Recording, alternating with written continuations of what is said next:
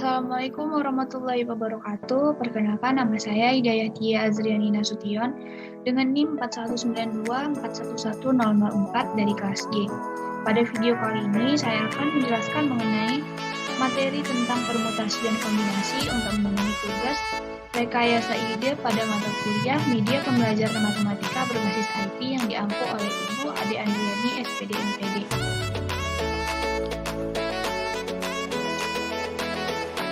Langsung saja, yang pertama yaitu kaidah pencacahan. Konsep dasar. Kaidah pencacahan ini adalah suatu cara atau aturan untuk menghitung semua kemungkinan yang dapat terjadi dalam suatu percobaan. Contohnya, pada waktu liburan sekolah, Mita bersama keluarganya berlibur ke Bali.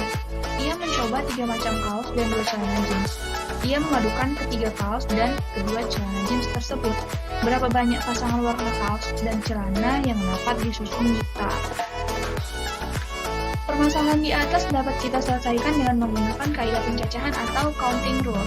Kaidah pencacahan memudahkan kita untuk menentukan banyaknya cara yang mungkin jika beberapa kejadian digabungkan, sehingga dapat dikatakan bahwa kaidah pencacahan adalah suatu cara atau aturan untuk menghitung semua kemungkinan yang dapat terjadi dalam suatu percobaan. Banyak cara yang mungkin terjadi dari sebuah percobaan dapat ditentukan dengan menggunakan salah satu gabungan dari metode, yaitu metode aturan pengisian tempat, metode permutasi, dan metode kombinasi.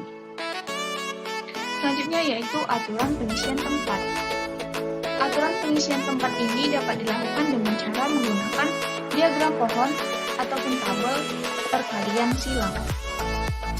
Untuk memahami kaidah pencacahan dengan menggunakan aturan pengisian tempat, perhatikan kembali permasalahan pada contoh sebelumnya. Di dalam contoh tersebut tersedia 3 buah kaos, kita misalkan berwarna abu-abu, kuning, dan putih, serta 2 buah celana jeans yang kita misalkan berwarna biru dan hitam. Banyak pasangan warna celana dan kaos yang mungkin disusun dapat dicari dengan beberapa cara, antara lain yang pertama yaitu menggunakan diagram pohon. Warna celana jeans biru dan hitam, warna kaos abu-abu, kuning, putih. Untuk pasangan warnanya, celana jeans biru dapat kita pasangkan dengan warna kaos abu-abu sehingga pasangan warnanya B, A. Celana jeans warna biru kita gabungkan dengan warna kaos berwarna kuning, pasangan warnanya BK. Biru kita pasangkan dengan warna kaos putih, pasangan warnanya menjadi BP. Untuk celana jeans warna hitam, kita pasangkan dengan warna kaos abu-abu menjadi H,A. Hitam kita gabungkan dengan warna kaos berwarna kuning menjadi H,K. Celana jeans hitam kita gabungkan dengan warna kaos berwarna putih, pasangan warnanya menjadi H,P. Berdasarkan diagram pohon di atas, pasangan warna celana jeans dan kaos yang dapat disusun ada 6 macam, yaitu B,A, B,B, B,P, H,A, H,K, dan H,P. Pasangan B,A artinya celana jeans biru dan kaos abu-abu. Demikian seterusnya. Bisa juga kita menggunakan yang kedua yaitu cara tabel silang. Nah, pada tabel tersebut kita bisa melihat ada warna kaos dan warna celana jeans. Warna kaos abu-abu, kuning, dan putih, sementara warna celana jeansnya itu biru dan hitam. Celana jeans biru kita pasangkan dengan warna kaos abu-abu, pasangan warnanya menjadi B,A. Biru kita pasangkan dengan warna kuning menjadi B,K. Biru kita pasangkan menjadi warna putih. Biru kita pasangkan dengan warna kaos putih menjadi H,P. Begitupun dengan warna celana jeans yang hitam. Warna celana jeans hitam kita pasangkan dengan kaos warna abu-abu menjadi H,K, dan seterusnya. Berdasarkan tabel silang di atas, kita dapat melihat bahwa banyak pasangan warna yang dapat kita susun, yaitu ada 5 macam. Selanjutnya yaitu faktorial. Dalam matematika, faktorial dari bilangan asli n dimaknai sebagai hasil perkalian antara bilangan bulat positif a lebih kurang atau sama dengan n. Faktorial ini digunakan untuk mengetahui berapa banyak cara yang mungkin dalam mengatur sesuatu. Hasil perkalian semua bilangan bulat positif secara berurutan dari 1 sampai dengan n disebut n faktorial. Faktorial dilambangkan dengan n tanda seru, dan dibaca dengan n faktorial. Dan tanda seru ini dinamakan notasi faktorial. Dengan dasar tersebut dapat disimpulkan bahwa jika n anggota himpunan bilangan asli, maka n faktorial didefinisikan sebagai n faktorial sama dengan n dikali n dikurang 1 dikali n dikurang 2 dikali n dikurang 3 dikali sampai dengan 3 dikali 2 dikali 1. Dengan batasan tersebut, maka dapat dirumuskan bahwa n faktorial sama dengan n dikali n dikurang 1 faktorial. Dapat diturunkan beberapa nilai faktorial sebagai berikut. Yang pertama, 0 faktorial sama dengan 1, 1 faktorial sama dengan 0, 2 faktorial sama dengan 2 dikali 1 sama dengan 2, 3 faktorial sama dengan 3 dikali 2 dikali 1 sama dengan 6, 4 faktorial sama dengan 4 dikali 3 dikali 2 dikali 1 sama dengan 24, begitu pun seterusnya hingga 12 faktorial sama dengan 12 dikali 11 dikali 10 dikali 9 dikali 8 dikali 7 dikali 6 dikali 5 dikali 4 dikali 3 dikali 2 dikali 1 sama dengan 479.100. Dalam hal ini, perkalian bilangan asli berturut-turut dari angka 1 hingga angka n disebut dengan n faktorial. Ditulis dengan notasi n faktorial. Jadi, n faktorial sama dengan 1 dikali 2 dikali 3 sampai dengan dikali n. Selanjutnya yaitu permutasi. Permutasi adalah susunan yang dapat dibentuk dari suatu kumpulan objek yang diambil sebagian atau seluruhnya dengan memperhatikan urutannya. Permutasi juga memiliki beberapa jenis. Permutasi dari n elemen, tiap permutasi terdiri dari n elemen. Jika ada unsur yang berbeda, diambil n unsur, maka banyaknya susunan atau permutasi yang berbeda dari n unsur tersebut adalah bisa kita notasikan dengan Pn, n sama dengan n faktorial atau n Pn sama dengan n faktorial. Contoh, untuk menyambut sebuah pertemuan delegasi negara yang dihadiri oleh 5 negara, panitia akan memasang kelima bendera dari 5 negara yang hadir. Banyak cara panitia menyusun kelima bendera tersebut adalah penyelesaiannya dari 5 bendera yang ada, berarti kita dapat simpulkan n-nya itu sama dengan 5. Maka banyak susunan bendera yang mungkin, yaitu 5 faktorial sama dengan 5 dikali 4 dikali 3 dikali 2 dikali 1 sama dengan 120 cara. Jadi banyaknya cara panitia menyusun kelima bendera tersebut yaitu dengan 120 cara. Yang selanjutnya yaitu permutasi elemen, di mana tiap permutasi terdiri dari unsur dari elemen dengan R lebih kecil atau sama dengan N. Untuk semua bilangan positif N dan R, dengan banyaknya permutasi dari objek yang diambil N, R kurang dari atau sama dengan N objek pada suatu waktu adalah kita dapat rumuskan menjadi Pn, n sama dengan N PR sama dengan PNR sama dengan n faktorial per n dikurang r faktorial. Contohnya, banyak cara untuk memilih seorang ketua, sekretaris, dan bendahara dari 8 siswa yang tersedia adalah, berdasarkan soal ini kita dapat simpulkan bahwa n-nya itu berjumlah 8 siswa. Ketua, sekretaris, dan bendahara atau banyak pilihan objeknya itu R sama dengan 3. Maka PNR sama dengan n faktorial per n kurang r faktorial. P83 sama dengan 8 faktorial per 8 kurang 3 faktorial sama dengan 8 dikali 7 dikali 6 dikali 5 faktorial per 5 faktorial. 5 faktorial yang bisa kita coret, tinggal 8 dikali 7 dikali 6 sama dengan 336 cara.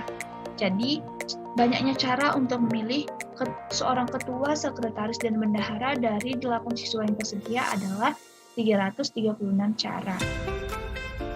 Selanjutnya yaitu permutasi dari n unsur yang mengandung P, Q, dan R unsur yang sama. Kita rumuskan P N, K1, K2, KT sama dengan N faktorial per K1 faktorial kali K2 faktorial dikali hingga KT faktorial dengan keterangan di mana N sama dengan banyaknya elemen seluruhnya, K1 merupakan banyaknya elemen kelompok 1 yang sama, K2 banyaknya elemen kelompok 2 yang sama, KT merupakan banyaknya elemen kelompok KT yang sama. Contoh, banyaknya cara untuk menyusun dari kata basa-basi adalah dari kata basa-basi banyak hurufnya itu yaitu 10. K1 sama dengan huruf B yang sama yaitu 2. K2 merupakan huruf A yang sama yaitu berjumlah 3. K3 huruf S yang sama yaitu berjumlah 4. K4 huruf I yang sama yaitu berjumlah 1. Maka permutasi dari unsur ini yaitu P10,2, 3, 4,2 sama dengan 10 faktorial per 2 faktorial dikali 3 faktorial dikali 4 faktorial dikali 2 faktorial. Kita dapat simpulkan 10 dikali 9 dikali 8 dikali 7 dikali 6 dikali 5 dikali 4 faktorial per 2 dikali 1 dikali 3 kali 2 dikali 1 dikali 4 faktorial dikali 2 dikali 1 sama dengan 4 faktorialnya bisa kita coret sehingga hasilnya yaitu 1260 cara. Jadi, banyaknya cara untuk menyusun dari kata basa-basi ini adalah 1260 cara. Selanjutnya ada juga yang dinamakan dengan permutasi siklis. Permutasi siklis adalah permutasi melingkar atau urutan melingkar. Kita dapat notasikan menjadi N P siklis sama dengan N dikurang 1 faktorial. Contoh, dari 5 orang anggota keluarga akan duduk mengelilingi sebuah meja bundar. Banyak cara susunan yang dapat dibuat dari 5 orang tersebut adalah bisa kita simpulkan bahwa banyaknya orang atau N-nya itu berjumlah 5 orang. Maka 5 P siklis sama dengan 5 dikurang 1 faktorial. 5 P siklis sama dengan 4 faktorial. 4 faktorial ini merupakan penjabaran dari 4 dikali 3 dikali 2 dikali 1 sama dengan 24 cara. Jadi banyaknya susunan yang dapat dibuat dari 5 orang tersebut yaitu 24 cara. Permutasi berulang dari N unsur, tipe permutasi terdiri dari K unsur. Pn sama dengan N pangkat K. Contohnya, banyak susunan 3 bilangan dari angka-angka 1, 2, 3, 4, 5, dan 6 adalah, kita jawab, banyak susunan 3 bilangan berarti bilangan ratusannya itu K sama dengan 3, banyak angka yang akan disusun N sama dengan 6, banyak susunan 3 bilangan dari angka 1, 2, 3, 4, 5, dan 6 yaitu Pn sama dengan N pangkat K, P6 sama dengan 6 pangkat 3, maka hasilnya 216 susunan. Selanjutnya yaitu kombinasi. Kombinasi ini merupakan sebuah cara untuk menggabungkan beberapa objek dari suatu kumpulan objek tanpa memperhatikan urutannya. Ada 2 jenis kombinasi, yang pertama kombinasi pengulangan dan yang kedua kombinasi tanpa pengulangan. Yang pertama yaitu kombinasi pengulangan.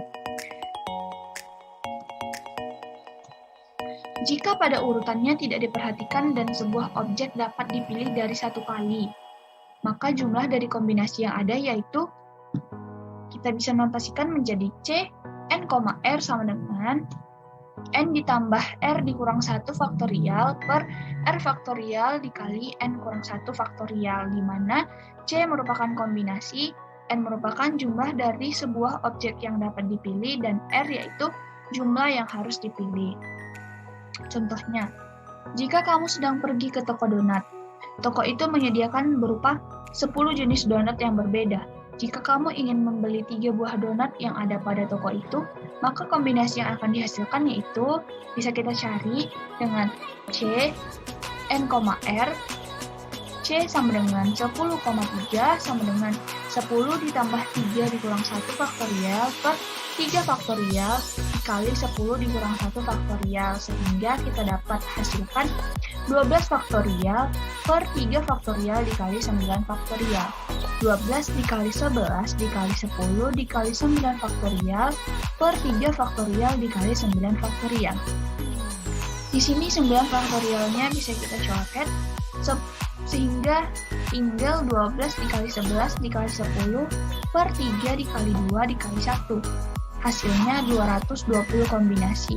Jadi kombinasi yang dapat kita hasilkan dengan membeli 3 buah donat yang ada pada toko itu dari 10 jenis donat yang tersedia, yaitu 220 kombinasi. Yang kedua yaitu kombinasi tanpa pengulangan.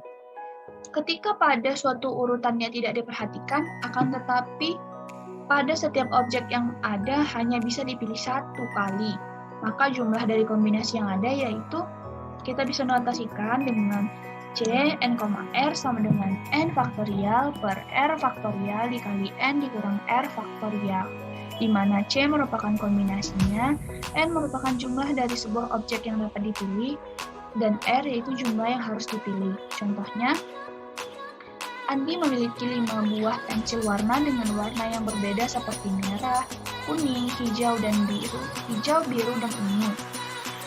Dan Andi ingin membawanya ke sekolah, tetapi Andi hanya boleh membawa 2 buah pensil warna saja. Ada berapa banyak carakah untuk mengkombinasikan setiap pensil warna yang ada?